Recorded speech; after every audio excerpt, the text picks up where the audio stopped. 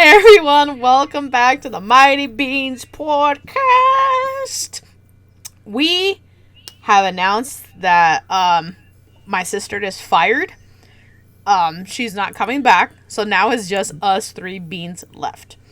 We announced that in the last episode. I know. I just wanted to say it again because it feels good to say it. Wow.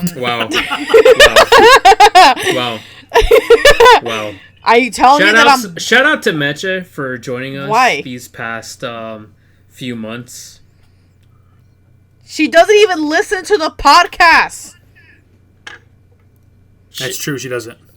You know what? Just forget everything I said. That's what I'm saying. That's what I'm saying. God damn it. But, so how was your guys' weeks? I don't know. It was okay, I guess. Yeah, I feel that. How about you, Francisco? It was okay, I guess. Aren't you so enthusiastic? Oh my god. Wow, we're so excited. I'm just... Fucking Francisco. Because honestly, it's just been like, just work. Like, fucking Rihanna, just work. I don't like that song. Doing work. Yeah, I don't either. But, I hate you. it was the closest thing to reference. Yeah, I feel like it's like not much is going on. There's like a calm before the storm. I've only seen like a couple things that it's kind of going on, but it's nothing that's like people are talking about. If the only thing people have been talking about has been Anthony Casey. And Casey Anthony, that bitch. Yeah, I don't care if I get her fucking name wrong. Who the fuck is Casey Anthony? Casey Anthony is a famous trial from I think it was back in 2013. She was convicted of killing her own child. She was proven innocent, and after she was proven innocent, more evidence was found incriminating her.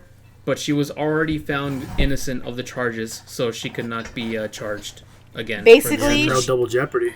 Yeah, basically she got away with it.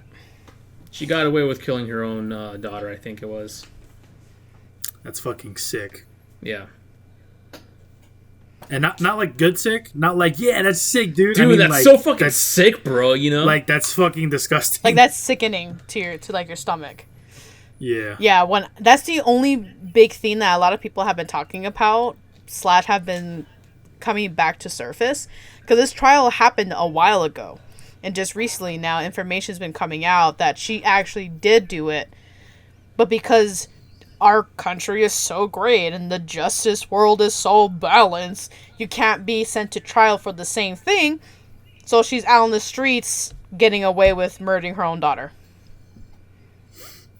Well, you know what? Now that you mention it, since we're talking about old trials, did you guys hear about Gypsy Rose Blanchard?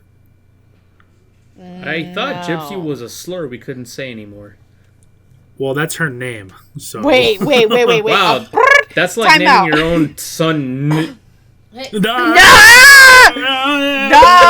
Family-friendly podcast. We love the children, Welcome not to in a weird way. Welcome to the Mighty Beans. We're all racist in our own way, alright? Francisco! Yes? Oh my god. So what happened to it? What's going on? Okay, so have you guys heard of her before? Nope. Oh, why is it a slur? I don't fucking know. Are gypsies actually a group of people during a movement? Like, what? I don't know. I don't know. But that's just her name. I don't know. Well, if we're referencing the actual word, it's sometimes referred to as a slur. Like, there's people on YouTube that are like, oh, it's a slur, blah, blah, blah, blah. And sometimes when it's written, they blur out the Y in gypsy. What? I don't know. But, this is the stupidest shit I have ever fucking heard. I know. We should be allowed to just be openly racist. I mean, that's not what I said. Without consequences. No, that's not what I said. Sounds like you should have been born 80 years ago, Francisco. I have to do research. Oh my god. Well, anyways, so you guys clearly haven't heard of her. No. No, what's up? So basically, I don't know how recent this happened. I just kind of heard about it today. But Gypsy Rose Blanchard was a girl who was basically held hostage by her mom. Oh my God. Her mom had some sort of mental condition that made her think her daughter was sick, essentially. And so, so Gypsy's mom would make her go through these different treatments and have her do these, like, have special, like, care taken in place of her. She even had, like, teeth removed and had new ones put in. She convinced her that she had cancer, so she was, like, getting treatments for that. All kinds of shit that her mom kind of just made up, but she didn't actually have, right? And she was wheelchair bound, even though she was able to walk. And, that went on for pretty much her entire life. She was being treated like some little fragile thing when she wasn't really.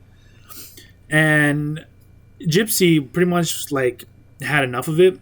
By the time she was, like, 18, 19, she started putting the pieces together, and she was kind of like, you know what? Maybe I'm not sick. Like, I can walk. Because she's, walking around. And fast forward a little bit, she ends up meeting some dude on a Christian dating site, and they end up hooking up. And the dude that she meets, I forget his name, but he has autism. Oh, wow. And what ends up happening is Gypsy convinces him to kill her mom. Oh. So Gypsy steals a knife, I think from Walmart or something like that, and she gives it to the dude, and then the dude, like, kills her and stabs her over and over and over again. They eventually get caught, and they try to lie initially, but end up confessing to everything. Gypsy, because of her, like, situation and everything, she gets convicted of, I think it's second-degree murder, or being an accessory, or something like that. Not as serious as murder. And First she degree gets, murder. not as bad as first-degree murder, but she gets in prison for like 8 to 9 years. Oh, wow. And the guy that actually, like, went and did the killing, he got prison for life. So fast forward to today, Gypsy's actually out and she's free. And she's kind of been, like, talk of the news as of recently. Oh, wow. So she got off. I've off. never heard of this trial until just now. I just learned about all of this literally today. Oh, wow. That's crazy. Yeah, so she got out, and she actually got married while she was in jail to a new guy. What? What the fuck? And yeah, so she's out and she's living with him. She made, like, a social media account and everything, and she has 6.5 million followers on Instagram. And she's been getting, interviews talking about her past, all these things like that. What the fuck? Jeez, can't wait for Netflix to make a documentary about this one.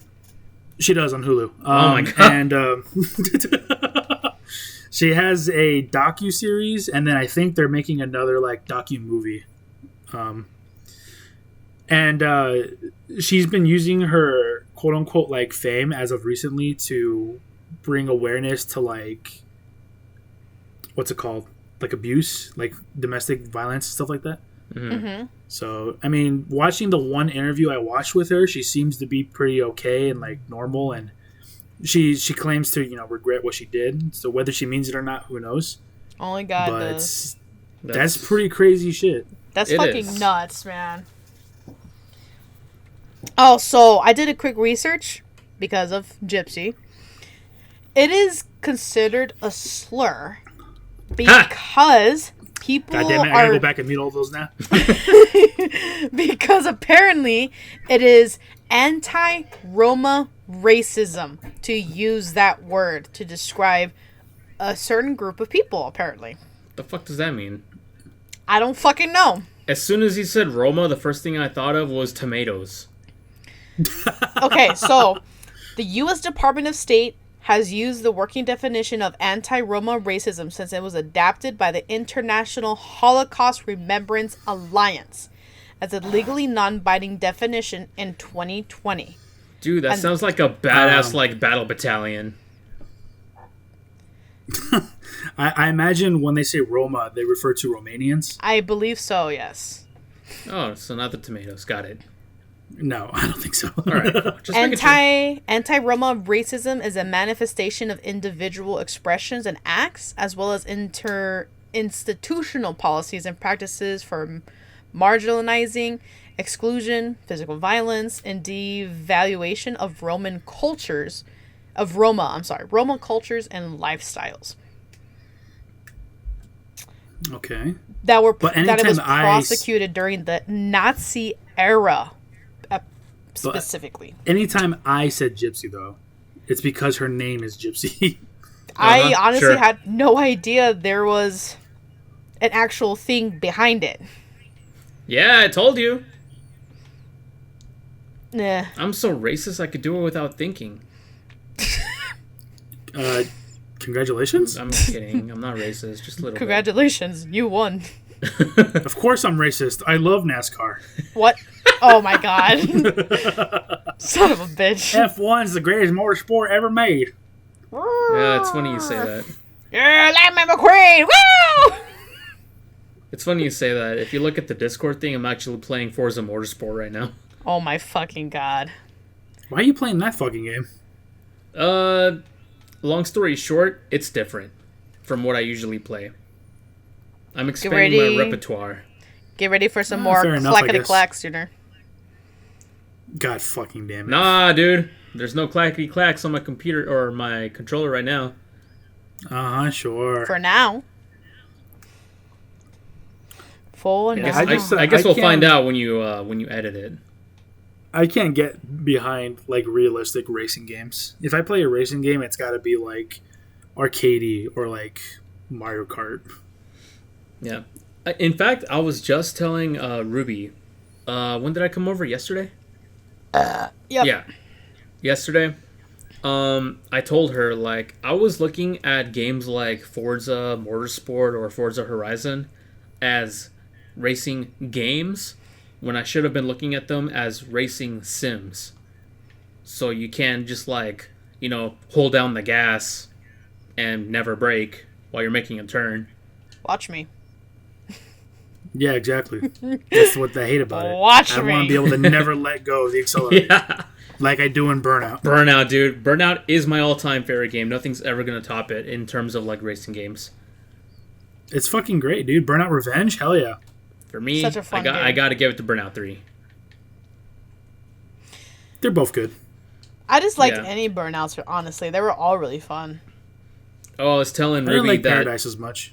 I heard Paradise was good, but, you know, nothing could beat the OGs. But not great.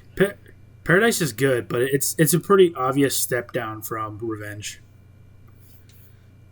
Yeah, I was telling Ruby that we should have that as our next one-off.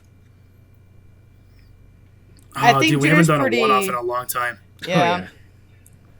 It's been a hot minute. Hey, what if we record our one-offs and upload it to this YouTube channel? And we can just do the podcast over the gameplay or something. I don't know. Why? Oh, just kidding. Fuck my idea. As we were.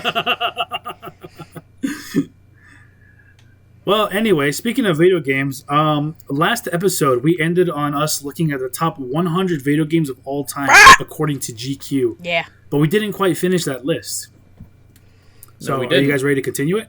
Yes, we are. Oh, I wanted to ask a quick question because I realized that... No. Okay. As you were. Fuck you. Anyways. So... Wow! What was the question? What is your guys' work pet peeve? Like when you're in a work... Oh.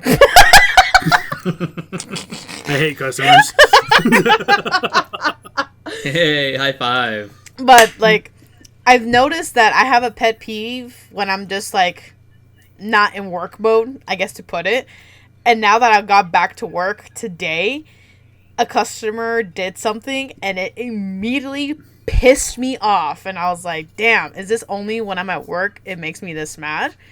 Or am I just like customers, this? That's the root of all of our problems. Customers. Who knew? Who would have thought? What did they do? So, I'm back at the bank because I just didn't think I was getting enough pain before. And the teller asked the customer for their debit card and their ID. And it pissed me off when they were like, I don't need one. I have my face. Or something along those lines. For some reason, them saying anything like that about, like, I don't need my ID, don't you see me, or I'm right here, I just want to fucking slap them. It pisses me off beyond belief. Yeah, that is pretty stupid logic. Like, yeah, and it's something that other people could probably just shrug off because they're old and they're stupid or whatever the case may be. But I had to take a deep breath and, like, walk away because I was face in the red with how mad I got when he said that. See, at least at my job, like, we require ID because we have to scan it. Well, I mean, we kind of need it too. Do you guys also scan IDs? At this new place, yes, they have to actually document the ID onto the receipt for the transaction he wanted to do. Yeah. Makes sense. And so I was wondering, like, do you guys have work-specific pet peeves? Aside from obvious things like customers, or, like, you know, bad coworkers. Well, I guess this does qualify as bad coworker, but my biggest pet peeve when I used to work at Discount Tire was like no sense of urgency. Oh. Like fellow, like, coworkers just, like, not trying, Dicking around. Just dicking around, yeah. taking their fucking Like, sweet-ass time. I had this one coworker in particular where, like, when he was actually focusing and working, he was actually a pretty good worker. But he had this bad habit of, like, just talking all the time. And it's not, like, the fact that he was talking. It's the fact that he couldn't talk and work at the same time. Yes, if he was working on something, he was silent. But then if he starts talking to you, he stops working on whatever it is he's working on. Oh, my God. Yeah, that is something that I've also experienced, where we can't, or they can multitask. Like, I can do my shit and talk to you at the same time. But if you have to stop what you're doing, or you can't do just two things at the same time, it's like, I don't know about that, Chief. Yeah, and it got to the point where I was really frustrated with him. And so on the day when I was in charge of the back room, and he started doing that, I went up to them. I pulled up next to him, and I said loud, like, so everybody else can hear, if you can't talk and work at the same time, then don't talk. Oh. And then he was like, okay. And then he just went back to work. Oh, my God. I guess it's that fucking easy, huh? Yeah. He was younger than me. He was probably, like, 20. So, you know, he's still a kid, basically. It was probably his first job. But yeah, so that was one of my biggest pet peeves at Discount Tire. That and, like, some shitty managers. Yeah, that definitely sucks. I don't like it when managers or higher-ups go, like, just get it done. It's like, well... Oh, is that Yep. That's your pet peeve, or you're just saying that's fucking annoying when managers do that? I think it's annoying when managers do it. Just do it, or just get it done. Just do it, you know? Oh, yes. To me, whenever I hear that, that's them saying I can do it however I want to do it. That's them giving me the go to do it my way. Yeah. That's a dangerous way. It's nice to hear it in that perspective. But to me, it sounds like it is the vaguest, like, command to give someone. Just do it. Just get it done. It shows that because it's vague, and also it's not important enough for you to, like, describe it in detail, you know? Like, instead of going like, try this, and if it doesn't work, do that instead, and if it doesn't, then oh well. But instead of just, like, just get it done. Seeing how they're the one, like, in charge, or they're in, like, a leadership position, you expect them to give you some sort of guidance. Leadership advice or guidance. Yeah. I see how you mean, like, how that could be frustrating too. Yeah, because it shows that higher-ups don't care. Yeah, I've definitely experienced that a lot.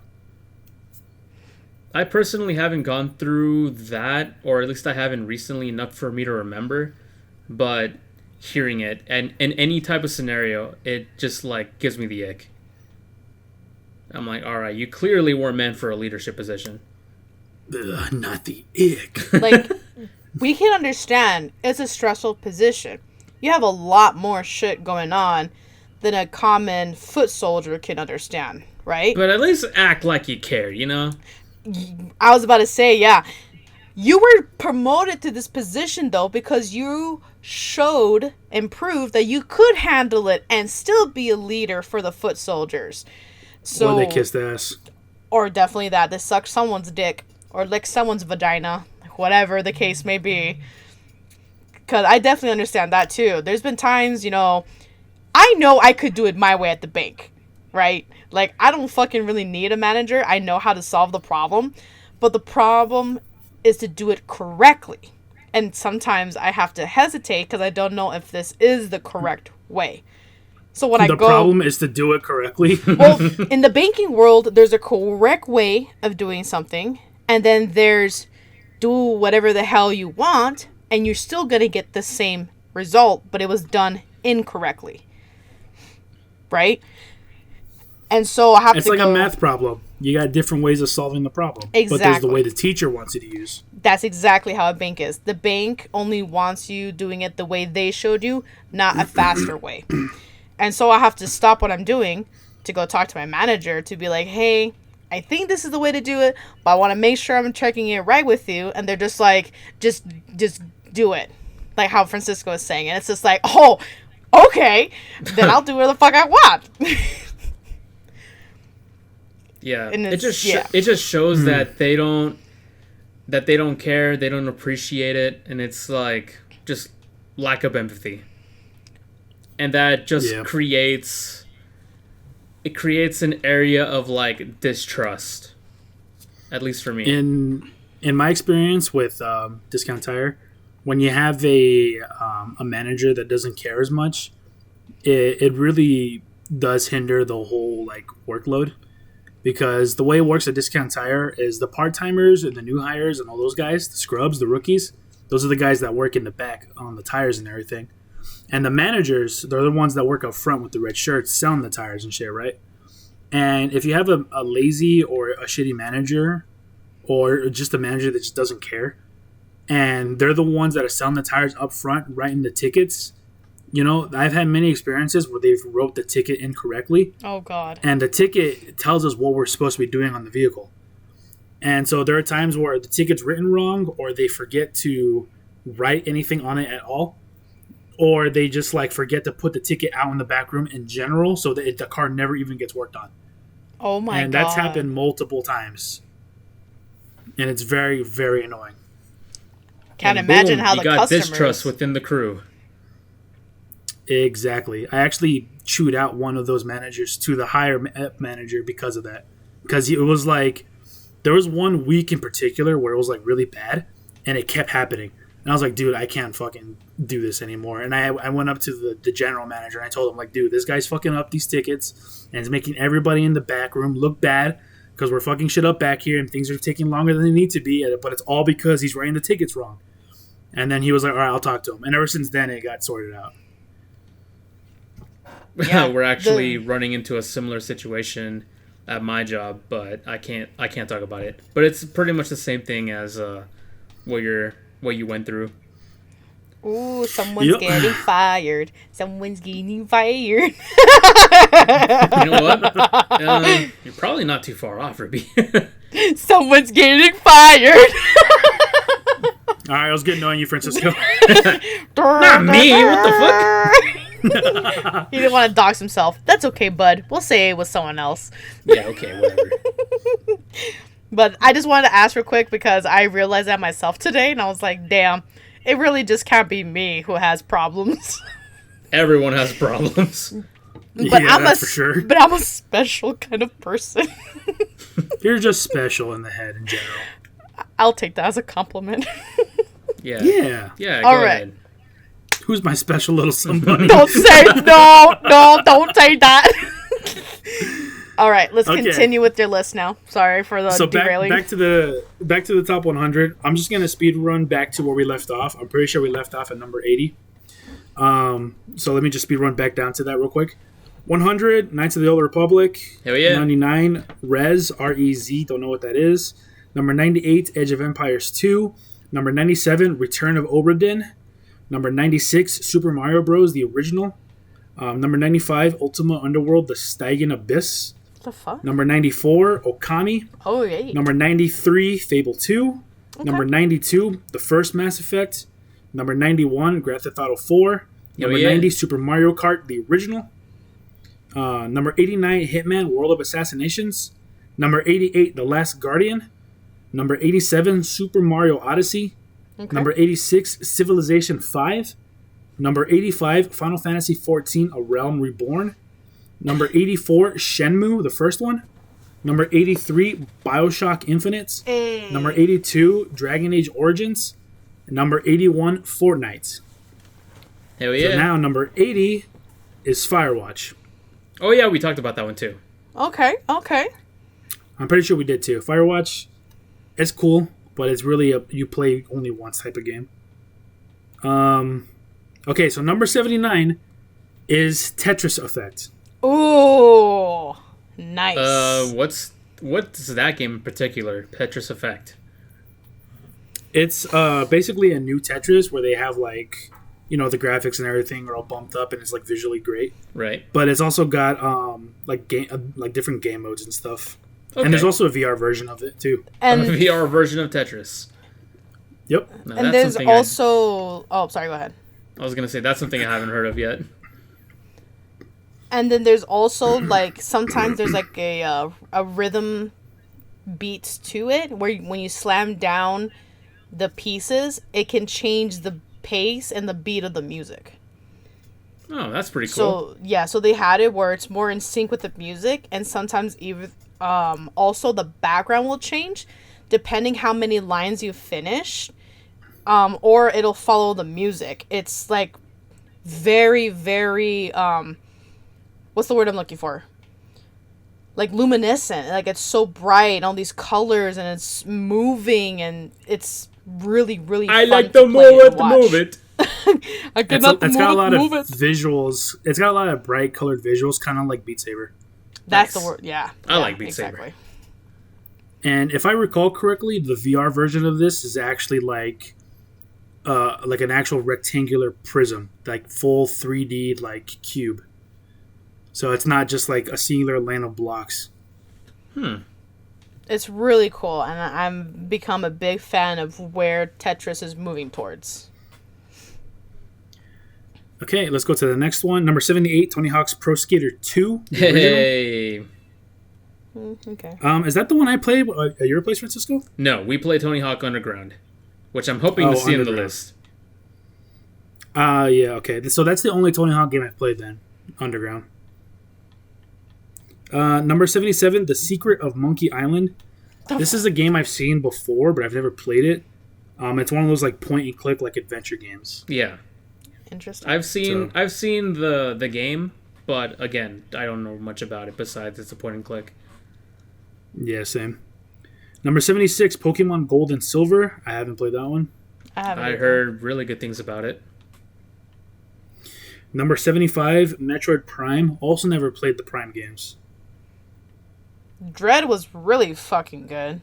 So I hope it's up there. But Metroid Prime is a first-person shooter. Oh! Yeah, I've only ever played the original Metroid, Super Metroid, and Metroid Fusion. I haven't played any other Metroids. I haven't played any other ones either. Number 74, Undertale. Okay. Personally, think Undertale is a highly overrated game. It's a good game, but I think it's highly overrated. The fan base is cringy. Absolutely. Ruby. No, I am not. No. Number 73 is Final Fantasy VI. I actually haven't played 6, so I don't know about that one. Number 72 is Yakuza 0. I know Danny likes that one. Dame dayo. Dame. Here's one we can relate to, Francisco. Number 71, Call of Duty, the original Modern Warfare. Hey. 16,000 people used to live here. Now it's a ghost town. Now it's a ghost town. Fucking amazing game, dude. It is a great game. I kind of want to replay through it again just because it's been so long since I've played it. If you want to replay through it, play the remastered version. You have the remastered version, right? Yeah, boy. The remaster. It's only... See, what sucks about the new Modern Warfares is that they just remastered the campaigns. They don't do, like, the multiplayer or, like, Spec Ops. But the remastered versions of the Modern Warfare and Modern Warfare 2 campaigns have, like, new animations. Like, for example, remember in Modern Warfare 2 when your helicopter crashes and that one dude's like, take this and stay down, then he gets sniped? Oh, yeah. Ramirez! Last mag! Make it count! And then he died. Yeah, in the OG Modern Warfare 2, the character you play as doesn't have, like, unique animations, but they added new unique animations for the story. Like reacting to certain events that happen on screen type of stuff? Yeah, like when cool. Foley is like, Ramirez, last mag! He, like, throws it to you. In the OG, you just have the original, like, reloading animation where you, like, grab the mag from your vest or whatever. And in the remastered, you actually catch it. That's pretty cool. Yeah. And it's just those small details that make it so much, like, more immersive. It's, like, such little things, but it makes it, like, so good. It makes your character an actual character and not just a cameraman. Yeah. This one makes the difference. That's pretty cool. Number 70, Left 4 Dead 2. Hey. Great game. Great game. Never played it. Got nothing to say other than just it's a great game. Sounds like a freaking hunter. Okay, I'm going to have to speak for this one. Legend of Zelda Majora's Mask at number 69. That's cool. Nice. Lamau. For me, personally, I think this game should be higher. But when I think about all games in the world, I can see it being this low. Just because it really was overshadowed by its older brother, Ocarina of Time. Even though I think Majora's Mask is actually better than Ocarina of Time. Ocarina of Time is definitely more of a complete package than Majora's Mask. Because Majora's Mask is definitely heavily focused on the side quests. Even though the side quests in Majora's Mask are the best of any Zelda game, the game is still like 60% side quests. And I think for that reason, I can kind of agree with it being on this part of like the list. I feel like that's pretty low too. I would have thought it would have been in the higher 50s, lower 40s. But when you compared it now to Ocarina of Time, I guess it makes sense that Ocarina of Time shined more than Majora's Mask. It came out first, and Majora's Mask came out like a year or two later, something like that, like super quick development time. Mm-hmm. And it reused a lot of assets from Ocarina of Time and stuff like that. And it was it's just a harder game to be introduced to than Ocarina of Time. Ocarina of Time is very like beginner friendly, like hold your hand type. Majora's Mask, the hardest thing about that game is figuring out what you're supposed to be doing. That's why I stopped playing, because I was like, where the fuck do I go? Bro, just look up a guide. Exactly. It's easy. No! Oh, yeah, sure. Back then, but yeah, you I could see it being here. Yeah, I guess that's true. It is one of the harder Legend of Zelda games to play. If not, probably the hardest to play. Someone didn't play Legend of Zelda 2. Okay, that game is just hard because, like, that game is just hard to play. It's not hard to, like, figure out what you're supposed to be doing, necessarily. No, I just threw a game out there and hoping it was hard. I mean, you could technically get lost in the open world, but the open world is not that big, so you can eventually just find your way. Fair enough. Number 68, Thief, The Dark Project. Never heard of it. Hey, Thief? Oh, wait. You've heard of this? Yep. That's probably, like, the older game. Yeah, because, like, way back when, in 2011, I think, there was a Thief game, and it's exactly that. It's you, like, trying to steal shit. And is it the one that's just called Thief, and it's got a dude holding his hand out and stuff? Yeah. I've played that. It's pretty alright. But I didn't know that there was, like, a game before it. I thought it was like an OG game. Yeah, this one is 1998. So the one that came out in like 2012 or whatever, that one was probably a remake. Nice. Well, I've never played it, but, you know. The older game was better than the newer game. Apparently. The only thing I remember about my time playing that game was your dude had like a bow, and you had like different elemental arrows. Like you can use ice arrows to like put out torches and stuff. So it was pretty cool. Oh, sounds like Legend of Zelda. Hey, speaking of which, number 67, The Legend of Zelda: Wind Waker. Wind Waker is that low? So this is the original Wind Waker since 2002. Oh, that one had some issues. Yeah, I can see this one being this low again for it being higher than Majora's Mask. In my opinion, is wrong. I think Majora's Mask is better. But the original Wind Waker did have some issues where, you know, your sailing's pretty slow. The Triforce Collection segment sucks. Yeah. And, you know, just a couple of, like, glitchy spots. But, I mean, it's made the top 100, though. 2 Zeldas already, so. It introduced Toon Linkers to the world of gamers. And to the world Majora's of Smash. Majora's Mask and Wind Waker, I don't think, are the definitive Zelda games. And the fact that they're on this list already gives me hope for Zelda. Twilight Princess should be here then, if they have Wind Waker and Majora's Mask. Twilight Princess has been highly, highly praised until Breath of the Wild came out. Yeah, but Twilight Princess is definitely a pretty mixed bag. A lot of people liked it, a lot of people hated it, but we'll just have to keep going and see where it is. It's a great game. Fuck all of you. You just described Skyward Sword. No, Skyward Sword is universally hated. Number 66, Fallout New Vegas. Hey. Number 65, GoldenEye. Okay. Dun, dun, dun, dun, dun, dun, dun. I'm picking Oddjob. I don't think it should be this high personally, because that game did not age well at all. If you try playing that game today, it's kind of not fun. I feel like it's higher up on the list because of its inspiration, because of its impact on the world of first-person shooters. That could be the case, but I would much rather play like old Zeldas before I play this game, honestly. Yeah, but think of it this way. Legend of Zelda did not have multiplayer, and GoldenEye did. So you could play it with your friends. And Zelda has multiplayer. And no, it fucking doesn't. When? Where? 4 Swords. You can play with 4 people. Oh yeah, and and everyone loves 4 Swords, don't they? Yes. 4 Swords Adventures was one of the best Zeldas.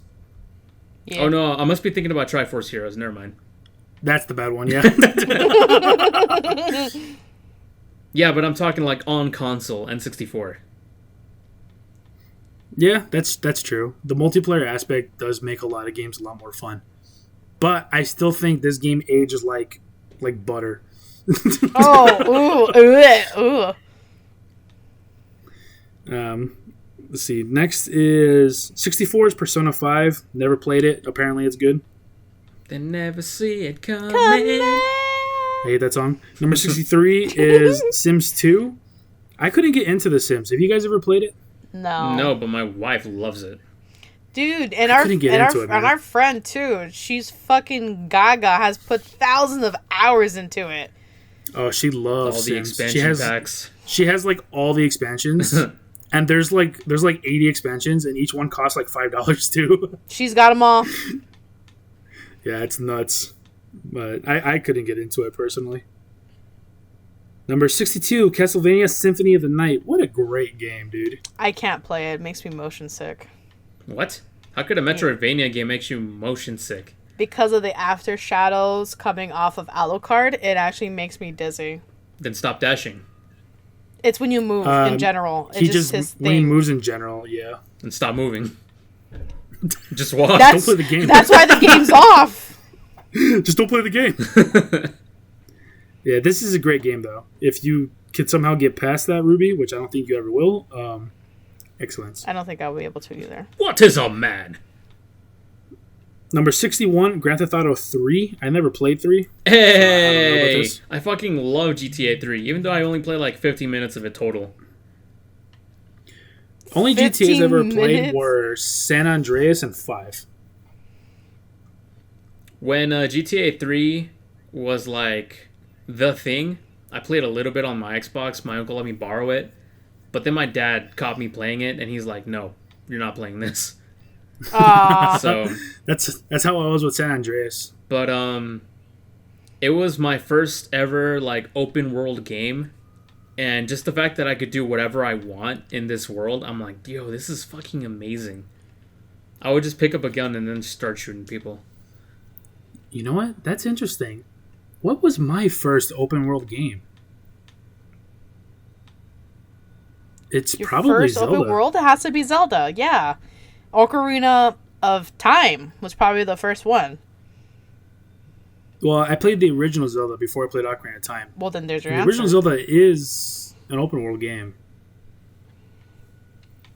I guess. Well, GTA 3 was my first 3D open world game. 3D open world. I think I played Mario 64 before I played Ocarina of Time.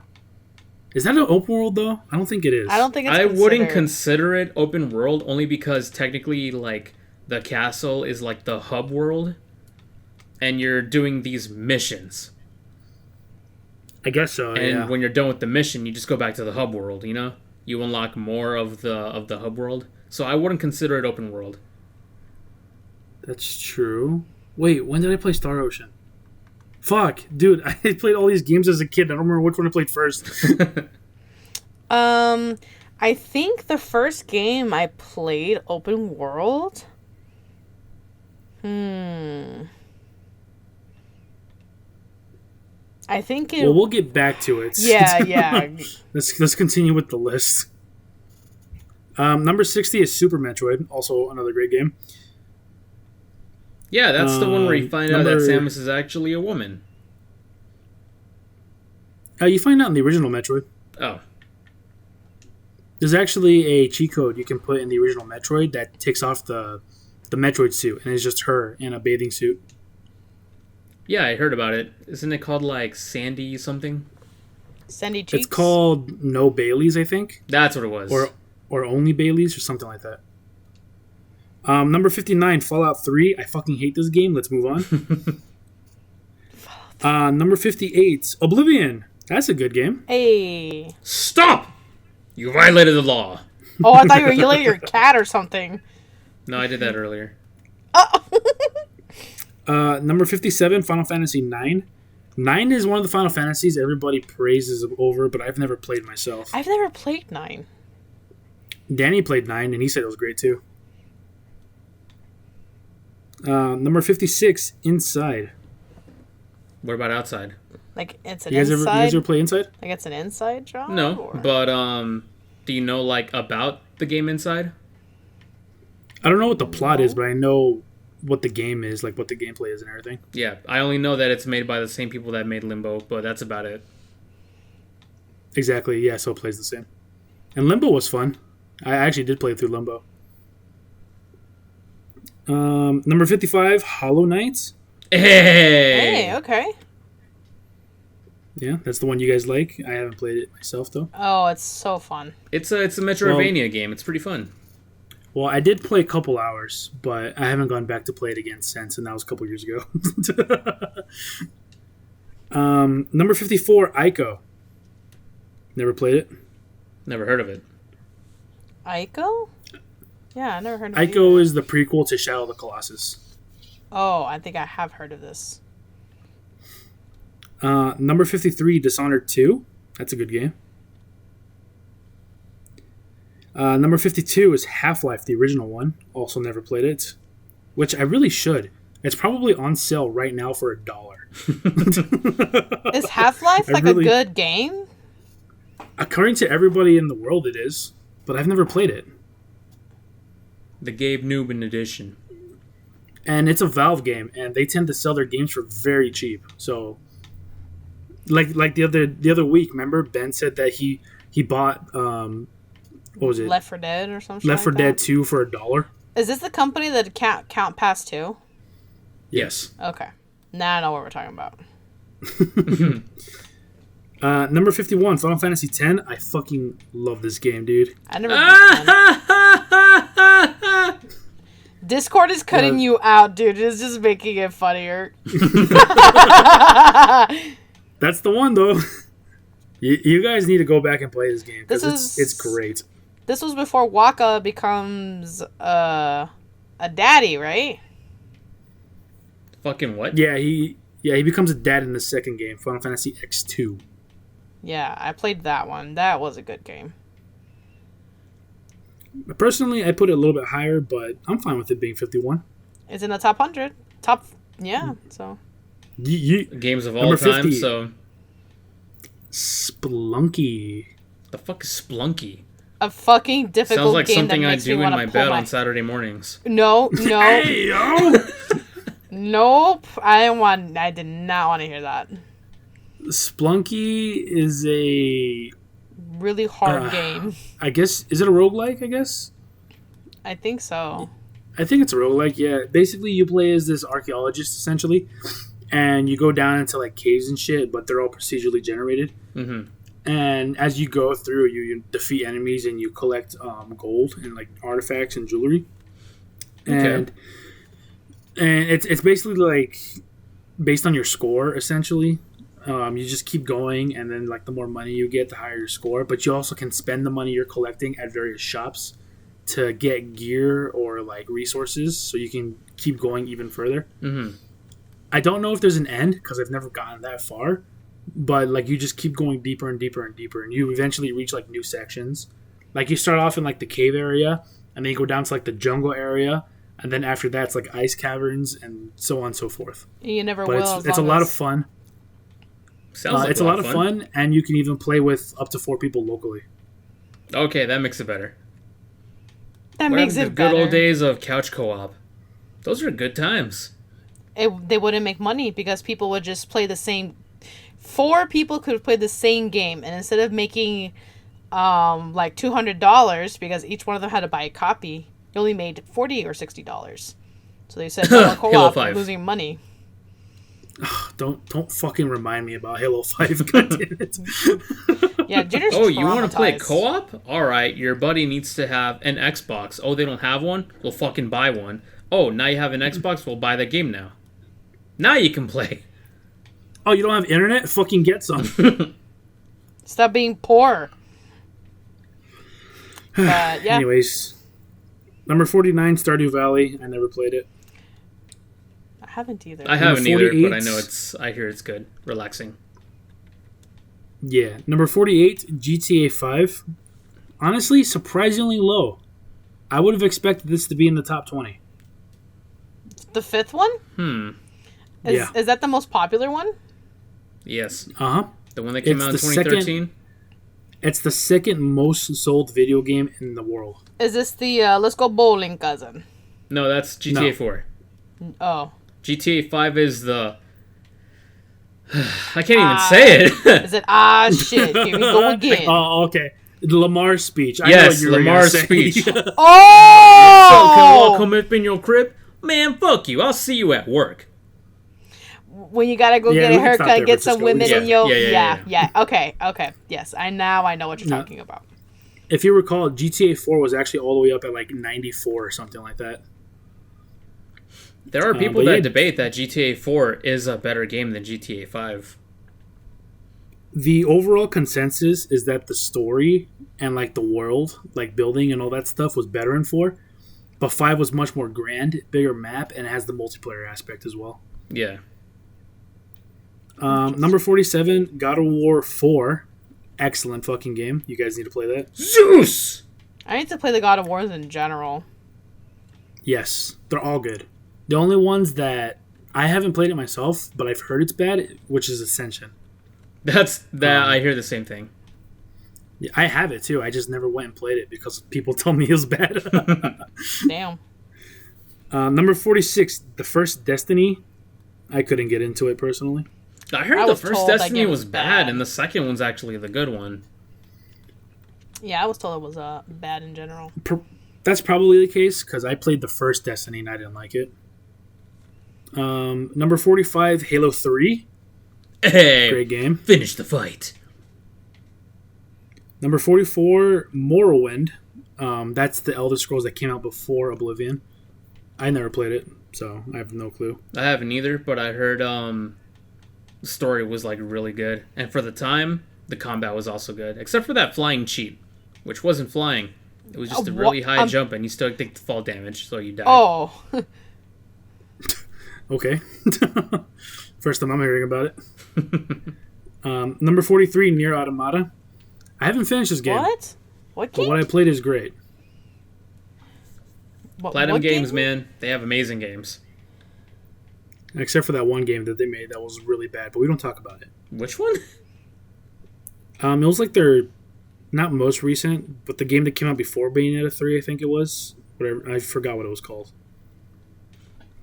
Number 42, Chrono Trigger. Another game sitting on my shelf that I have not, that I've started and still haven't beaten. Yeah, me too. I got too many of those. The soundtrack I've heard from is fucking gorgeous. That's what's caught my attention to play this game. Yeah. Number 41, the original Sims. Number 40, Super Mario Galaxy. Nice. Also never played. Oh, such a good game. You definitely should. The Mario Galaxies and Odyssey are the only Marios I haven't played, which is crazy because those are like the best ones. Those are the best ones. Number 39, What Remains of Edith Finch. Never played it. That game sounds so familiar. I see it all the time in the Game Pass, like when I'm scrolling through. Mm-hmm. But I never played it. Okay. Number 38 is Hades, Ruby. Hey! Hades nuts. I know you're a big fan of Hades. It's such a fun fucking game. Soundtrack is gorgeous. Voice acting is very well done. And the soundtrack is beautiful. It was nominated for Game of the Year when it came out. It was. I think it actually won Indie Game of the Year, didn't it? I think you're right, yes. I believe it did, yes. Number 37, Silent Hill 2. I have never played Silent Hill, so... I keep seeing it. Oh, Outlast. That's what the game I keep confusing it with. Silent Hill and Outlast? For about... I played an Outlast for about an hour, and I couldn't get into it. Oh, it was boring? Yeah. It probably just has a slow start, because a lot of people like Outlast. My story with Outlast is I saw Markiplier play it when it first came out, and it scared the shit out of me. And I just watched his entire playthrough, and it was good. Yeah, I'm gonna give it another shot for sure. I have so many fucking games I gotta play, dude. Number 36, Super Mario Bros. 3. No comment? Nice. All right, moving on. I've never played it. It's the one with the play. That's all I know. The play? It is a play. Yes. I mean, I was kind of expecting it to be higher up, honestly. It's such, like, a staple to Super Mario. It was, like, one of the best-selling ones for the longest time, isn't it?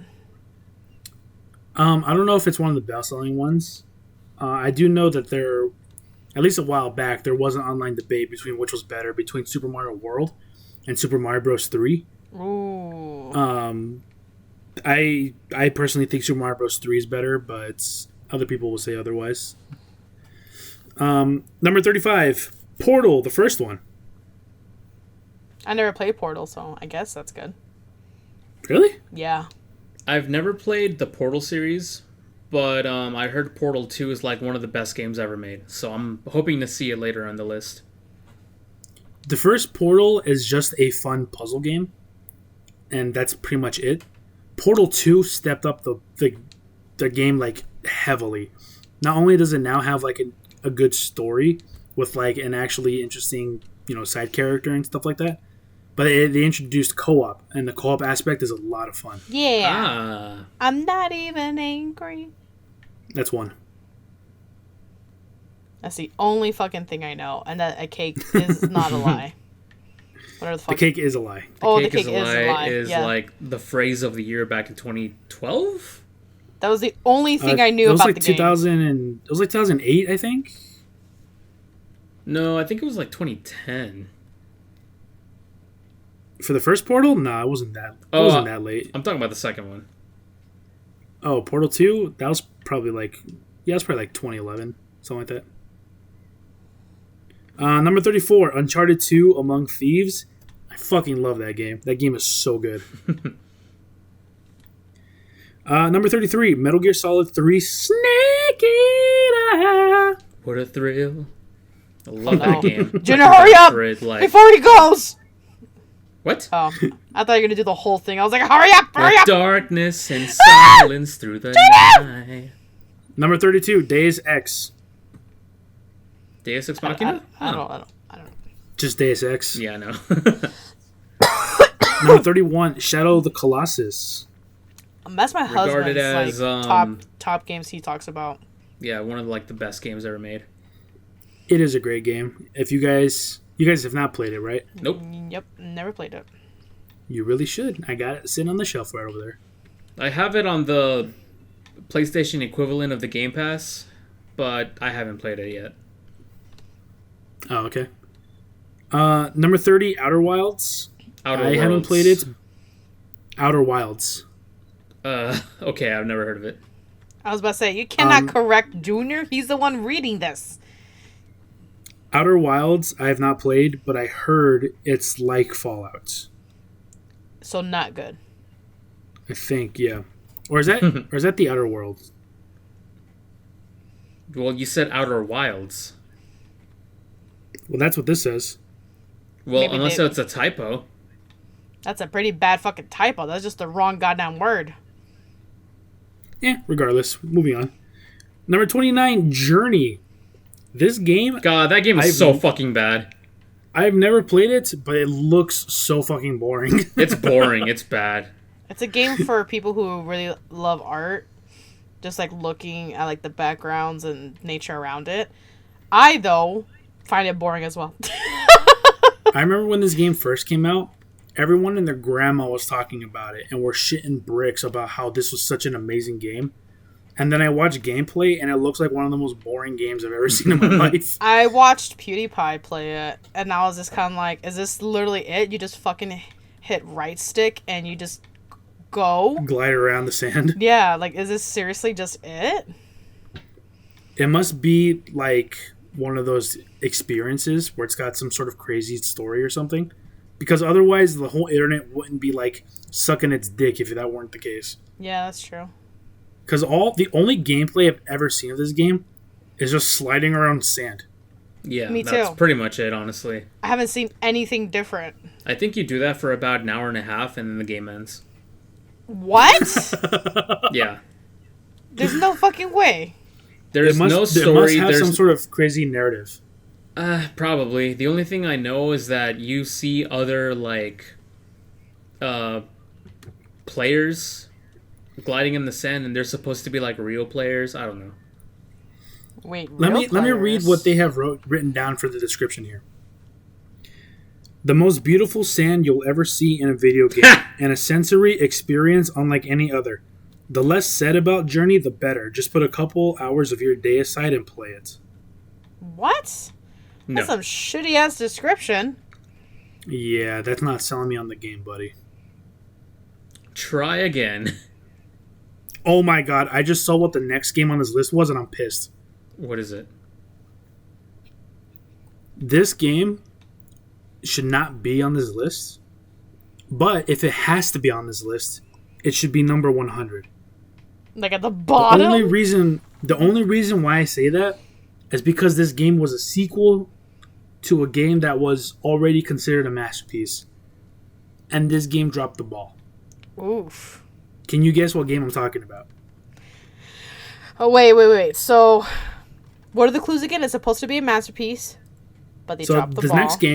This next game that I'm pissed about dropped the ball because it was a sequel to another game that was already a masterpiece. Oh, Red Dead Redemption. The Last of Us 2.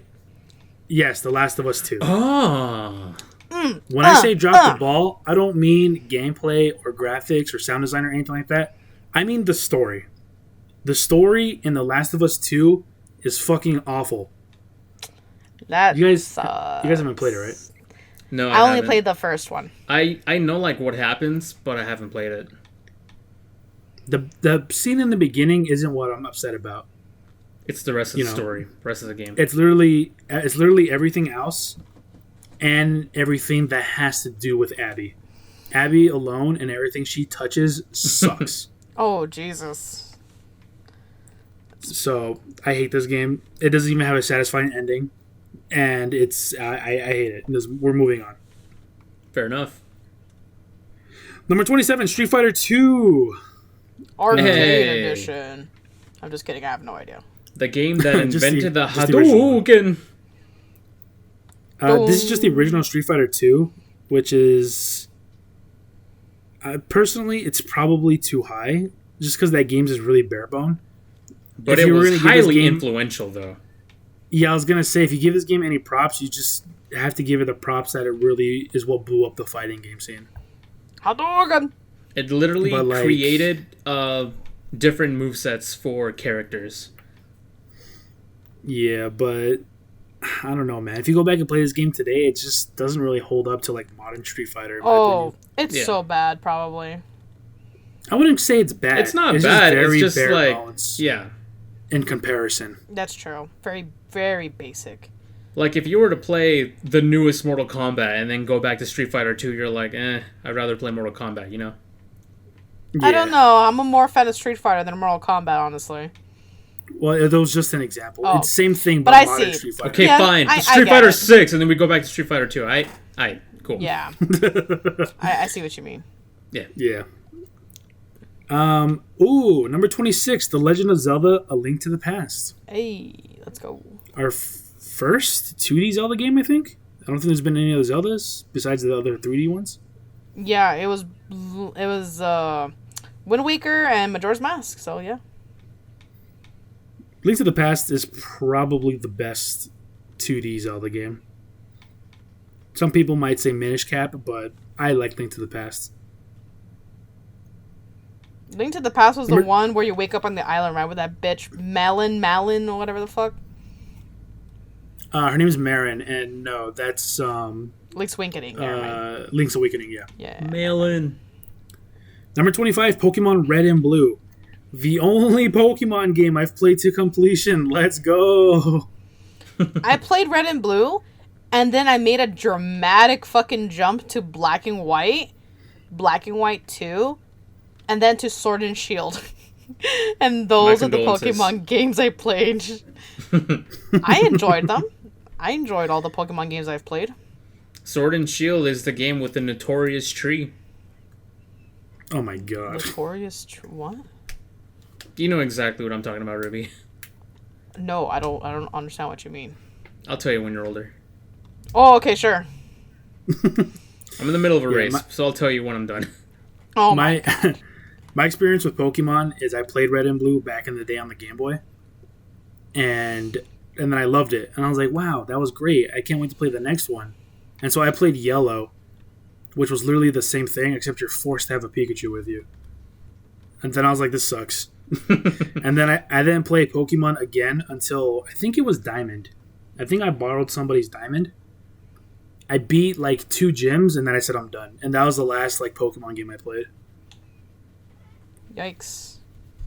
I have more experiences with Pokemon because I grew up playing Pokemon Stadium and Pokemon Stadium 2 for the N64. And I also played Pokemon Snap. So I was heavily immersed in like the Pokemon like lore, but I didn't actually play the mainline games until like way later on. Oh yeah, I played Pokemon Go. Yeah, I don't know if that counts. Ayo, we're best friends in that game. Yeah, you gotta send me presents. Dude, I uninstalled that game like a year ago. What the fuck? So I'm waiting for a present for no fucking reason? You still have that game? I can send you a present. Oh, fuck you. But I mean, I could get it back just as easily. Yo, speaking of which, Francisco, I'm still waiting for my troops in Clash of Clans. Oh my fucking god, this was weeks ago. This is last year, bro.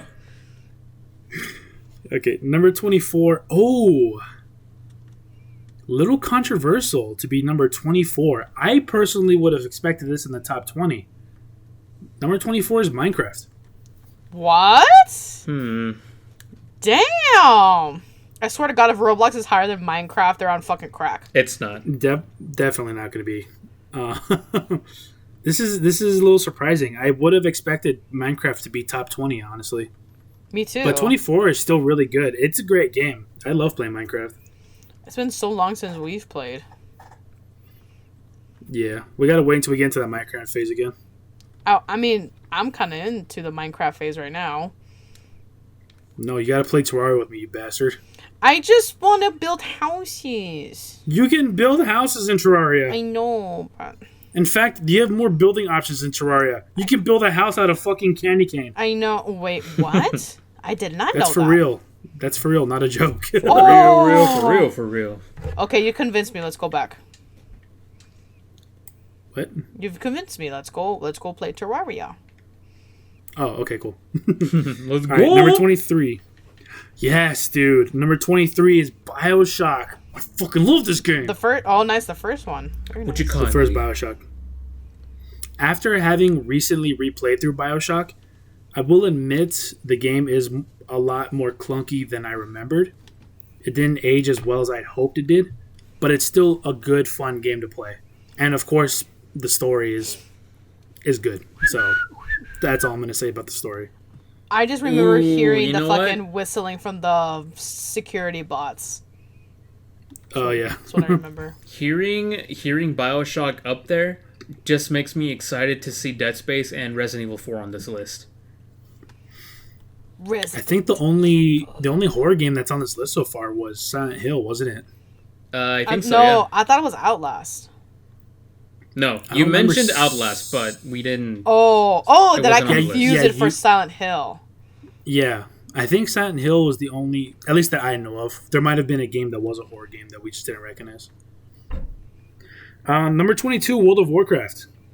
Oh, Okay. man. I'm actually surprised that's not higher up. That makes sense, honestly. Very popular game. I couldn't get into it, but I could see other people doing it. Very popular in China, I think. Really? Interesting. Number 21, Halo Combat Evolved. Okay, now I'm a little conflicted. I think if there was a Halo that was going to be rated higher than 3, it would have been 2, personally. Yeah, because it had a better story. Yeah, the campaign in Halo 2 is godlike. Also, dual-wielding SMGs. Oh my You can do that in god. 3, too. Yeah, but you can't do it in 1, and 1's rated higher. I thought you couldn't... No, you can dual wield in Halo 2. That was You can introduced dual in wield Halo Halo 2. 3. No, it was introduced in 2. No, it wasn't. Yeah, it was. No, it wasn't. All right, I'm looking it up. Look it up. Oh my god. Can you dual wield in Halo 2? Dual wielding is a gameplay mechanic in Halo 2 and 3. No, it's not. Get fucked. Look it up. You look it up. All right. No, you hang up Get first. clapped, homie. No, you. All right. Anyways. They introduced dual wielding in Halo 2, but then they got rid of the assault rifle. And you can I only play know. with the battle rifle. And I really like the assault rifle too. So that's one thing I didn't like about Halo 2. But Yeah, they brought the assault rifle back in Halo 3, but then they nerfed it from 60 bullets to 32. The fuck? That's quite the jump. Yeah, that was weird. Anyways. Oh, okay. Number 20, baby. We're hitting the top 20. Elden Ring. Nice. Great game. I still personally think Bloodborne's better, but Elden Ring is a very close second. I love Elden Ring. You love it so much, you guys. So do I. You got immersed in like the world. Yeah. Yeah, I did. And then I did multiple playthroughs of it, including the seamless co-op with like Jacob and stuff. So good. Number 19, the original Doom.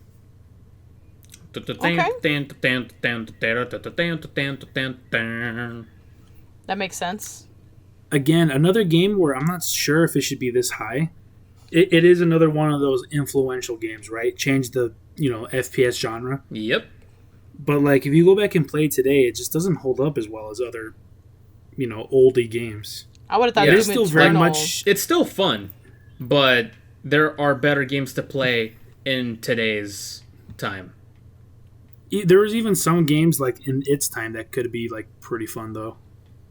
I would have thought Doom Eternal would have been higher up. Actually, we haven't even seen any Doom remakes in this list at all. Yeah, I was kind of waiting to hear Doom. So to hear the number one this high up, I'm kind of like, oh, I'm a little worried. Escalera, oh. Little too high for my own personal taste, but I respect it where it's at right now. Oh my god, another one that I thought would have been higher. I would have swore this be top 10. Super Mario 64. And number 18. Yikes. Okay.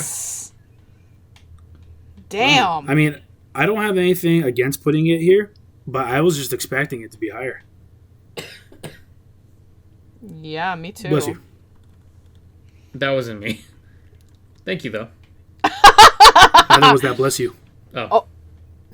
Get fucked! Number 17, Final Fantasy VII. Yep. It's another good game. Sad fucking game. Yeah, we don't talk about it. Number 16, Skyrim. I guess. Dun, dun, dun, dun. You guys like Skyrim? No. I do. It's pretty fun.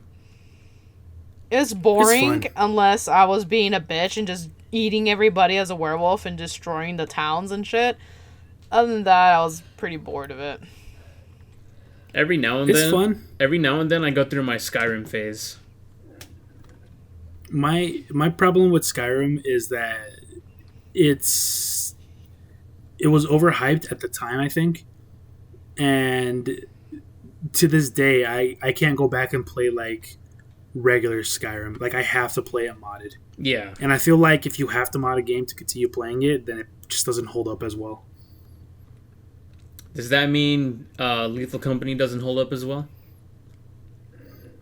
For now. Lethal Company is still getting active updates. So maybe down the line it could hold up on its own without mods. But because it's still like an early development game and there's so many mods available, it's more fun to play it with the mods. Yeah, Zeekers is still adding stuff to it. Like, he announced, we're not done. I have a lot more to give to you guys. I'm not done yet. But Skyrim stopped receiving updates. And it's still like a pretty kind of a broken game. It's still a very glitchy game. Maybe that's why people love it. Because just shit happens. I mean, glitches are funny, when they happen every once in a while. But when they happen constantly, or not even constantly, even if they just happen occasionally, it gets pretty annoying. I can imagine having your horse fucking fly under you every single time. Well, not to mention the game engine that they used for Skyrim was already dated. It starts becoming a problem when it starts affecting the actual performance and your game crashes. Yeah, that's true. That game already had pretty long load times on the 360. Same with Oblivion. Actually, Oblivion had really bad load times, now that I'm thinking about it. Never played it. Can't confirm. Skyrim, I think it deserves its place here. Hey, babe. I just didn't fuck with it nearly as much. They were a little long. Oh, did you ask her about Oblivion? Yes. Oh. Because she thinks Oblivion is the better game, in the Elder Scrolls series.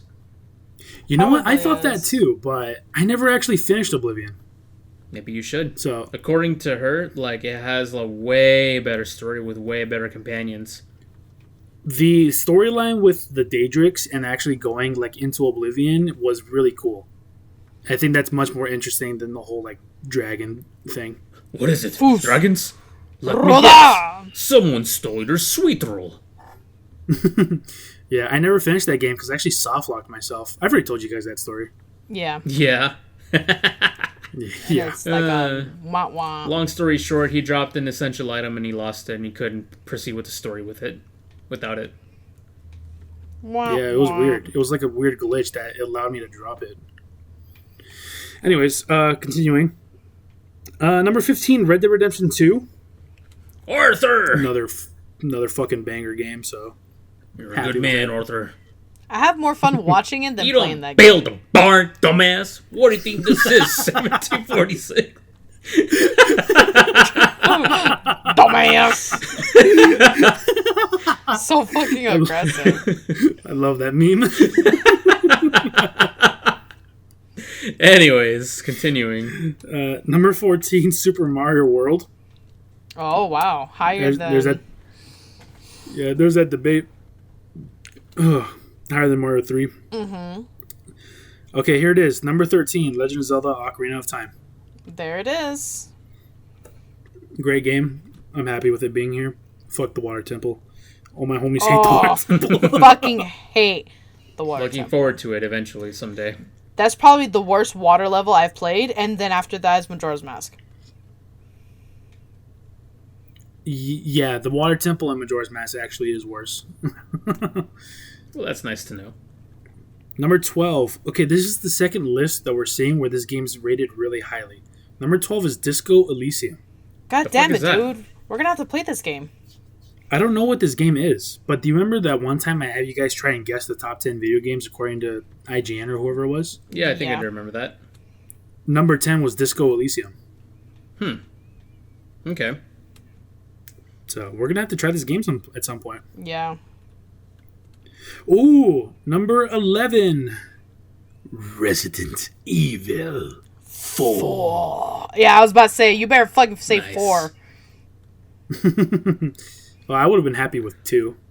Even 7. 7 My is God. good too. You were almost a Jill sandwich. No, that was 1. But yeah, Resident Evil 4, that's my favorite Resident Evil, so I'm happy with that. My right hand is coming after you. Your hand comes Your off? hand comes off. I fucking... Me llamo Ramon Salazar.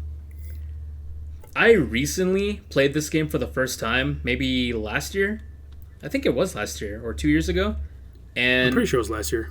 And I fucking loved it. It's such a good game. Even after I beat the game on stream, I went back to do a New Game Plus. It's just so... It's such a satisfying game to play. Leon! You know, if you're ever in the mood for it, another fun game that you could stream is Resident Evil 5. And then you and I could both play that together on a stream. Okay. I imagine it's not as good as 4, though. It's not as good as 4 gameplay-wise and, like, design and all that stuff. But it is still a fun game if you play with another person. Because playing with the AI sucks. It doesn't even have Leon Kennedy. You're right, but it has Chris Redfield. Chris Boulder punching Redfield, bro. Yeah, but does he have one-liners play with you. like Leon does? He does. They're not as cool, but he does. Not falling for this old trick. But yeah, Resident Evil 5 is fun if you play with another person. And Resident Evil 6, don't even fucking play it. Just don't. Number 10. We're cracking the top 10 now, ladies and germs. Oh, thank God, because it's getting late. Number 10 is Half-Life 2. Of course it is. Another fucking game that's highly ranked. Mm-hmm. Half-Life is the series that all my life, basically, I've just been hearing people praise, and I never went and played them, which I really should. Good Gary's mod. I think what happens, Junior, is that the more that we hear about a specific game, the more we're just like, we don't want to play it now because no one shuts up about it. It's not even that. Like, I want to play some of these games I never played. It's just, like, the time, you know what I mean? Like, you gotta play the Half-Lives, right? I gotta play the Mass Effects, right? And I gotta play the Dragon Ages or the whatever the fuck, you know? So there's so many games out there that are just so good I've never played. Yep. That's true. There's too many fucking good games to enjoy and not enough, you know, Time in the world. Yeah, it's not enough time. Yeah. Okay, so number 9 is a game that I have a bad experience with, and I don't think is nearly as good as everybody else thinks it is. But it's the first Dark Souls. I was told it. Dark Souls is the hardest and the worst out of the trilogy. I heard Dark Souls 1 is not the hardest, but it's pretty much what's set up. Like, the reason why people love it is because of the world. So, Dark Souls 2 is generally regarded as the worst and the hardest because of some mechanical changes that they made. The original Dark Souls, it has a cult following, and for the most part, people generally think that the original Dark Souls is the best one. I don't think so. I think the original Dark Souls is very clunky and very flawed, but people always praise it for its open world and its world connectivity, which in my opinion doesn't even fucking matter once you unlock fast travel anyways, which you get pretty early into the game. Oh, so it defeats the purpose. Like the thing that you praise the game for doesn't even matter once you unlock fast travel anyways.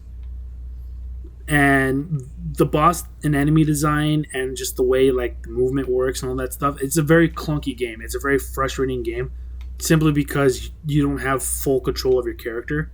Like when you lock onto an enemy, you know how in Elden Ring, Francisco, when you lock onto an enemy, you can dodge in all directions. Yeah.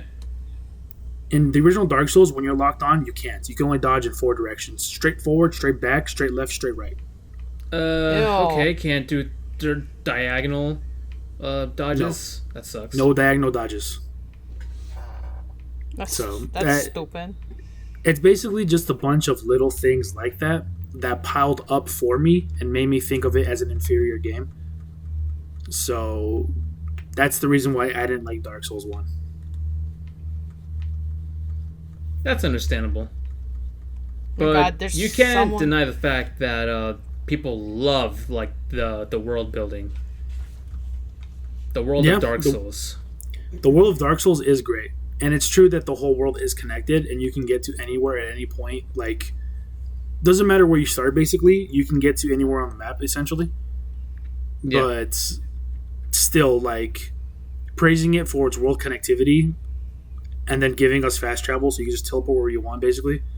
Well, not wherever you want. The fast travel is limited to where you can go. Still makes the game just a running simulator if you want to go somewhere really far, which is not that fun.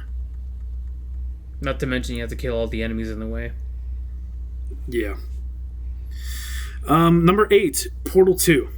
Great game. Number 7, Metal Gear Solid, the original. Okay. I prefer Metal Gear Solid 2 and 3 over Metal Gear Solid 1, but whatever.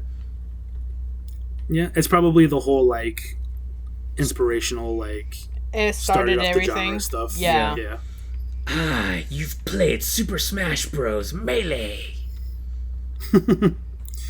Number 6 is Mass Effect 2. Never played it, but I hear the second one is the best one. Yep. Number 5, The Witcher 3. Wow. Literally the only one anybody ever talks about. 1 and 2 must have been bad. Not even bad, dude. It must have been fucking dog water, and everyone has erased it from their memory that game exists. Nobody ever talks about 1 and 2. It's only ever 3. That's funny. Number Red. 4. Yes, dude, yes! What? The 4 is Bloodborne, baby. Oh, nice. Really? I fucking love this game. Okay. Alright, this is... Okay, I understand why, but I still think it's kind of funny for number 3 to be Tetris. What? Well, it's technically a never-ending game. You guys ever play Tetris? Yes. Yeah, I don't like it. I mean, it's fine, I guess. There's not much to say. There's only so high up on the list you can go for influential reasons. I don't know. Yeah, there's definitely not a whole lot going on here. I definitely wouldn't have it this high. I'd maybe like top 30. Number 2, The Last of Us. Okay. Nice. That's a good spot. Okay, I can see that. Though I wouldn't put The Last of Us as number 2. only because I did play a little bit of the game, and the gameplay itself is a little weird, but the story is like literally top tier. I can't think of other games that have a story that's as good as The Last of Us. Before The Last of Us came out, I played through Uncharted. And Uncharted's gunplay and gameplay, as well as its melee aspects, I think were some of the best I've ever played in a third-person shooter. Uncharted's covering fire and recoil system, and the way how you can seamlessly like run up to somebody and start punching them, and then like having your melee be interactive with the environment, like slamming someone's head against a wall or something like that. Yeah, was already like flawless to me when I first played Uncharted 2. And then The Last of Us came out, and it had basically all of that, but even better, and with an amazing story. And I immediately fell in love with the game. For the longest time, I didn't think there was a third-person shooter better than The Last of Us. And there probably still isn't, honestly. If you want to go gameplay, The Last of Us 2 is better. But The Last of Us 1 did everything perfectly. Yeah. I really don't find... Yeah, it's hard to find a flaw in The Last of Us. Yeah, because even to this day, if you go back and play it, it still plays like butter. Like, it's so smooth. Oh, it's not aging like butter this time? It's fresh butter this time around. Oh, okay. Like right out of the fridge. It ain't no margarine, and that's just real butter. Margarine? Homie. Yeah. So I know you haven't played The Last of Us, right, Francisco? You've only watched gameplay? I saw Markiplier play through the entire game. Oh, yeah, so even if you already know what happens, even if you already know what happens, I still think you should play it because it's just fun to play in general. It is so different when you play it, though, than watching someone else play it, because you get more invested in the story playing as Joel and actually feeling the struggles that you had to watch Markiplier go through, like as the character. Yeah. Yeah. Excellent game. I'm happy with it being number 2. Oh god, what's number? Right. What the fuck is number 1? Number 1, dude. This could literally be anything. You guys want to throw out some guesses before I reveal it? Shit, dude. Okay, so we had a lot of Legend of Zeldas. Well, the one we did. Oh, go ahead. Well, the one game I was hoping to hear this entire time is Star Fox 64. I don't think it's gonna be number 1. I haven't heard. I don't think so either. I haven't heard Devil May Cry. Fuck no. Only true G's like Devil May Cry, and whoever wrote this list isn't a true G. If not a single one of their games has made the top 100, so. That's true, and they had Last of Us Part 2 on this list, so that's another reason you know they're not a true G. They also didn't have Bayonetta. Bayonetta's subjective. No, Bayonetta. It's subjective. Bayonetta's fun, but it's not a top 100. Literally the only game that I could think of is Legend of Zelda Breath of the Wild. I really hope not. Because it is a great game. That game has the most dick riders out of any other game ever made. It could be. This did come out March of last year, so Tears of the Kingdom could also be up there too. Oh, that's true, huh? Because I'm pretty sure Tears of the Kingdom came out in March or February, right? Something like that. Wait, no. Yes. No. I don't remember. Okay, so you think Breath of the Wild. What do you think, Ruby? Fuck, dude. I have no idea. I have a feeling it is Breath of the Wild. Fuck, dude. I'm not going to sit here and think about a million games. I'm just going to scroll up, see what it is. Oh my god, it is Breath of the Wild. Yep. I fucking knew it. Yep. Oh, you got it, Francisco. Dick riders, man. Number 1 was Legend of Zelda Breath of the Wild. It did so good. Like, I'm not surprised. I'm happy with that. I love Breath of the Wild. I do too. It's a great game. I just wish we had like a different list of what number 1 is. I definitely don't think it's the greatest game of all time, but it is definitely a great game. You can understand why it's at number 1. Yeah. You're right, dick writers. Yeah. It's definitely changing the way Zelda is being written and played. Alright, I'm going to go make my own top 100 list, and I'm putting Star Fox 64 at number 3. And we're not going to agree with you. Alright, I'm going to change it to best 100 games I've played. Oh, that's a good list. And number 1's going to be Dragon Ball FighterZ. I don't think we've ever made our own anime top tier list, huh? Not anime, we did anime characters. Well, no, we did anime characters. I feel like, well, the tough part is that we've all seen different kinds of anime, so it needs to be like our own list. Like, out of all the animes I've seen, this is my top, like, 10 or something like that, right? My only thing on that is I just haven't seen that many animes.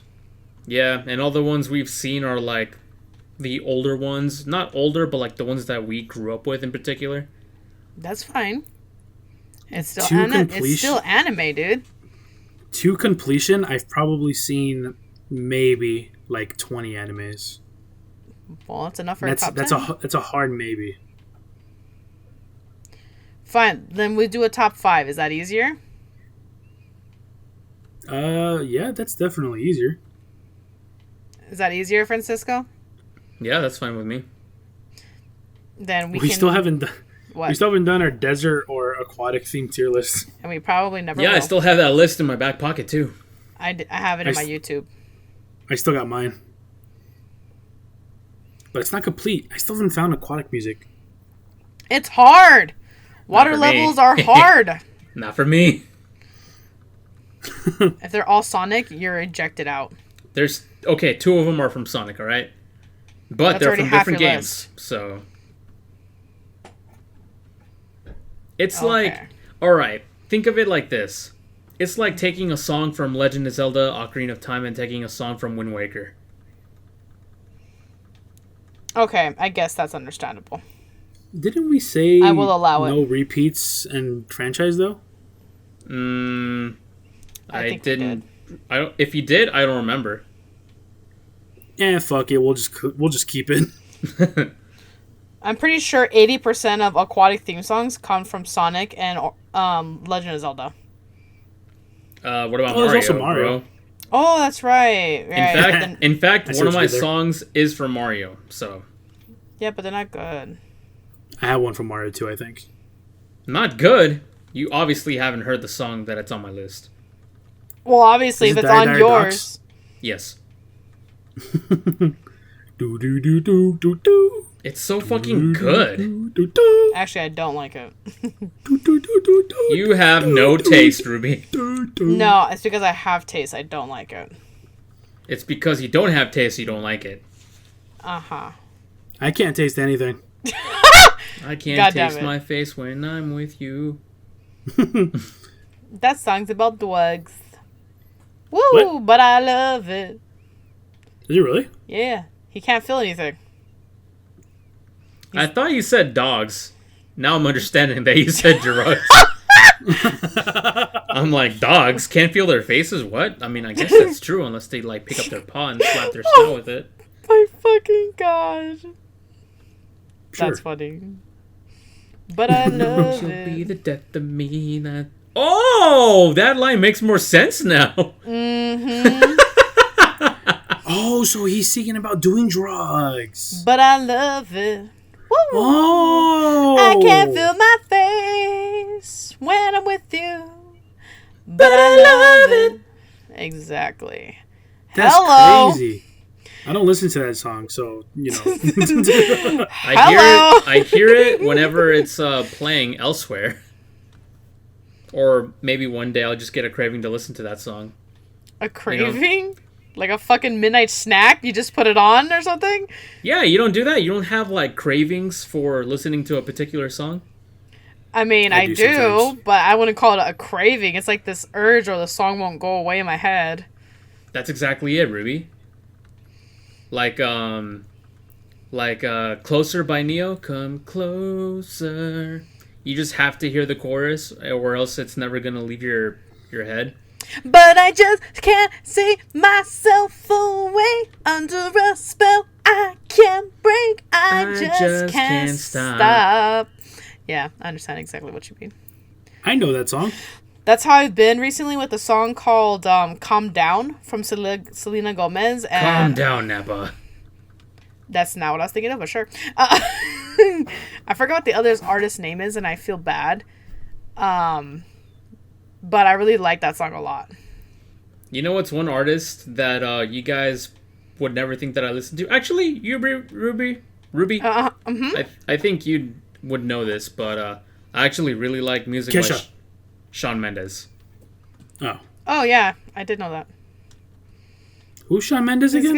They got good music. Shawn Mendes did the songs Stitches and Treat You Better. I don't know what that one is. It's the one that goes like, got a feeling like I'm going under, but I know I'm gonna make it out alive if I keep calling you my lover and move on. Move on. You watch me, I can't breathe. Okay, I know that one. Now that I've had your kisses, I'll be needing stitches. That one. Okay, yeah, I know that one. I think he also sings the song The Shape of You. Which one? No, I know that one. That's Ed Sheeran. Oh, just kidding. Never mind. Oh, yeah, I don't like that song. Guys, I think I hear Ben snoring. Really? Like from the living room? I think so. We should wake him up and ask him if he's sleeping. That is so fucking mean. Let's do it. Or you wake him up and you can go, "Are you awake?" Oh my god, dude, that I fucking hate it when mom calls me and she's like, "Are you awake, mija?" Nah, I'm fucking answering this shit dead from my grave. Yeah, that's one of the dumbest things you gotta ask someone. You just give them that look. We all know that look. Yeah. It's just like, oh my god, like now I'm just pissed at like 6 a.m. I'm just like, what, Mom? What do you want?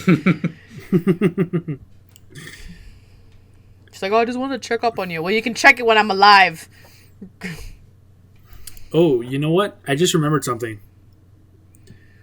I want to get your guys' opinion on something. This is an idea that I had for like a potential segment of the podcast. I don't like it.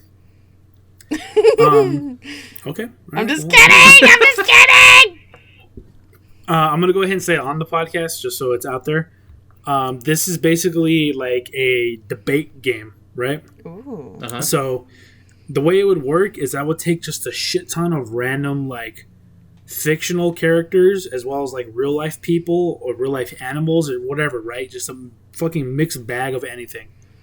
And I put them on a giant wheel, right? What the fuck? And I spin the wheel, and then whoever gets which character, you have to debate why that person, character, animal, or whatever the case is, can win in a fight against the other person's thing.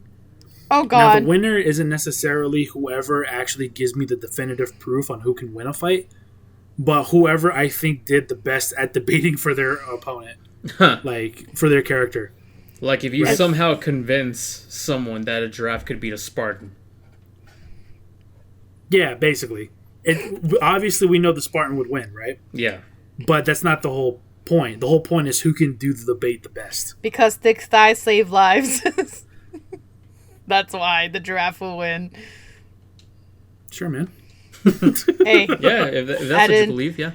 I didn't say I was good at this shit, okay? They definitely don't have skinny legs. This is true. But that was the idea. I mean, what do you guys think? I think that'd be fun. Something different. Yeah, it kind of reminds me of the game Red Flags. Oh, I thought you were going to say, fuck, what's that game with Boomstick and Death Battle? There you go. Reminds me of Death Battle. Sure. No, but it reminds me of the debates we have while we play that game. Oh, like when you're arguing for your date and stuff? Yeah. Yeah. Because I remember there was a specific day we were playing that, and someone drew like a bad card, but someone made a joke, and that joke is what made like the person pick that bad date. It has to be Junior. Junior always says stupid shit. Hey man, why you gotta throw me on the butt like that? Am I wrong? I mean, all I'm doing is elevating the game, man. I don't know why you gotta get under my skin. I'm just saying, man. It's always Junior. Okay, I'll start working on a wheel. All right, sounds good. Cool. Also, I hate that you showed me Power Watch Simulator. Why are you playing it right now? Perhaps. It's good, right? But play it on the Xbox is way better. I'm fine with PC, honestly. You were getting nauseous. Yeah. Well, before we end the night, I know you guys posted something here. I did not. You posted Archie of Nethies. Like, what is that, Ruby? Archie of what? Archie of Nethies. Yeah, you posted that in the general chat, Ruby. And you posted that in the general chat a couple days ago.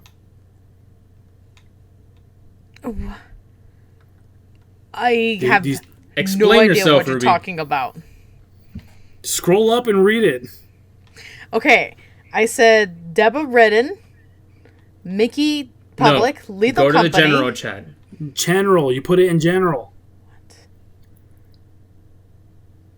It's above Timitana. You have broken the rules. Oh no, that was with Metch's friend. He was telling me to go to that place so I can do more like background reading for D&D stuff. Oh. Then why did you post it in general? So I would have it on something to reference back to. I swear, man, if one day you just put like a fucking recipe for some bullshit on here. It's general. There's gonna be a recipe for cookies in that bitch. Hey. You don't want fucking cookies? No, that's what them. I thought. What? That's what whatever. Okay, well, Ruby got nothing. But Francisco, I did see you put ChatGPT. Yeah. This today was my first time using it. And it's pretty fun. It's pretty entertaining, actually. I've never used it myself, but I've seen many examples of other people using it to do some funny stuff with it. I don't know what that is. Yeah, in my case, I'm not doing like anything funny with it, but I'm doing a lot of interesting shit with it. So like, apparently you can use, people mostly use ChatGPT to like write their essays for college or whatever. But fun. Yeah, one of the suggestions was like have me write a story or whatever. So I'm like, all right, write me a story about a boy who gets lightning powers because he falls down a hill. Something like make it interesting, right?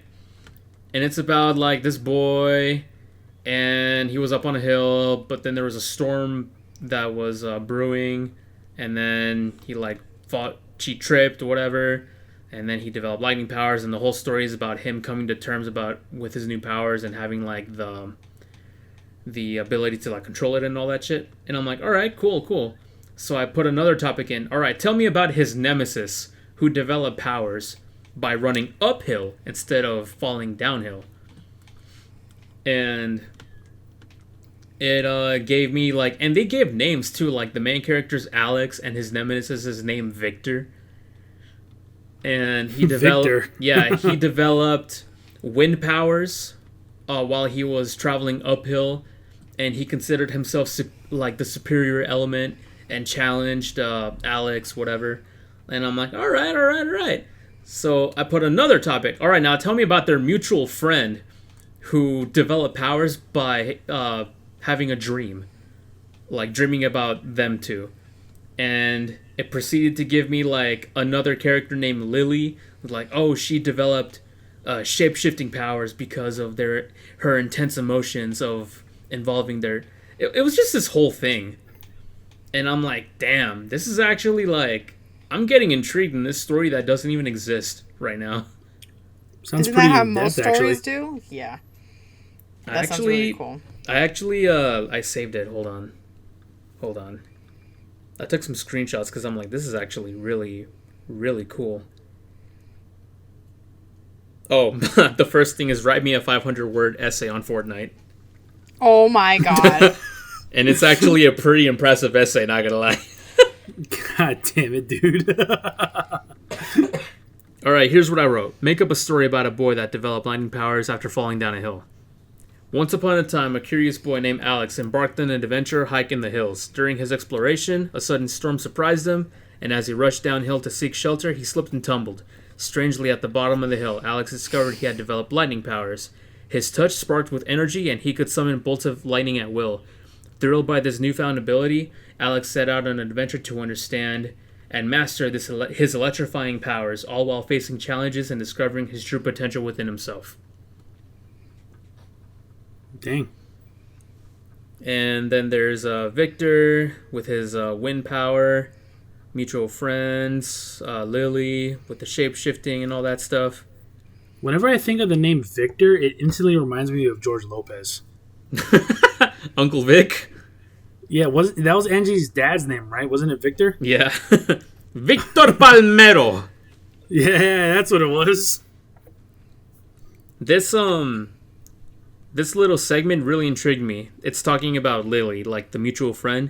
As the link between Alex and Victor, Lily played a crucial role in meditating their conflicts. Her dream-inspired powers allowed her to understand the perspective of both friends and foes. Lily became the voice of reason, striving to maintain harmony and unity among the trio, even as the clash of lightning and wind threatened to disrupt their delicate balance of their friendship. Okay. And then I wrote one more thing. This reminds me of Groudon and Kyogre and Rayquaza from Pokemon. And then it replied back, indeed, the dynamic between Alex, Victor, and Lily echoes the legendary Pokemon trio of Groudon, Kyogre, and Rayquaza. The elemental powers, rivalry, and the meditator concept draw parallels to the legendary Pokemon storyline. While inspired by the Pokemon theme, the story of Alex, Victor, and Lily takes on its own unique twists and turns as they navigate their intertwined destinies and the challenges posed by their extraordinary abilities. I wonder if it actually intentionally drew inspiration from that. It might have. I don't know, but like, this is so in-depth. Depth. No, it's in death. Yeah, and I did a few more topics. Like, I did a few for Republic Commando and all that shit, and it was really, like, detailed and really interesting to read. It makes me want to have a story like this. Yeah, that is pretty interesting, actually. And it's free to use, so. Nice. Do you have to, like, create an account or anything like that to use it, or do you just go on and do it? You have to sign in using your email, and then it just has you, like, create a username and enter your birthday. But after that, you're free to use it.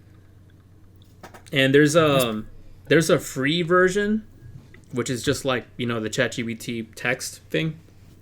And then there's kind of like a premium version for like $20 a month that gives you like an updated AI system. Like, I'm using 3.5, but you could use the 4.0. And it includes the AI image generator, DALL-E. Okay. That's pretty interesting. I might fuck around with that later. Yeah, like, literally just type, alright, give me a story about a ninja who had a dream about becoming a samurai. Let's see how that goes. But yeah, it's really fun. I was even telling it, like, explain why Star Wars Rise of Skywalker was a story failure, and it gave me, like, fucking plot details, footnotes, all that shit. It's really, like, really cool. Damn, did it give you thug notes too? You could probably ask it to give you thug notes, and it'll do it. Well, I hate to cut this short, but it is time for me to go if you guys wanted to keep going. Bruh. I has to sleep early now. Bruh. Oh, now that you have a job, you have to get proper amounts of sleep, do you? Yeah, I do actually. Well, you know what? That makes sense. Exactly. Okay. Well, do you guys have any last second things you want to spit out real quick? The Mighty Beans podcast is not entirely racist. Thank you for clarifying. Entirely. Not entirely. We'll leave 1/3 of us, maybe. And we'll keep you in the shadow. We won't tell you what species we're racist against. We need like an what species? We need like an AA group, but instead of Alcoholics Anonymous, it's just Racist Anonymous. So RA? RA, yeah. Hard RA. Oh my god. Oh my god, no. Hard R, soft A. No. Well, that's all I'm going to say. Well, hit us with the outro, Ruby. All right, everyone. Thanks so much for listening to our shenanigans again. This is Okami Hikaru signing off with G Daddy Smackdown and Dark Gaia. We'll catch you guys next time. Have a good one. Don't talk to me. Bye.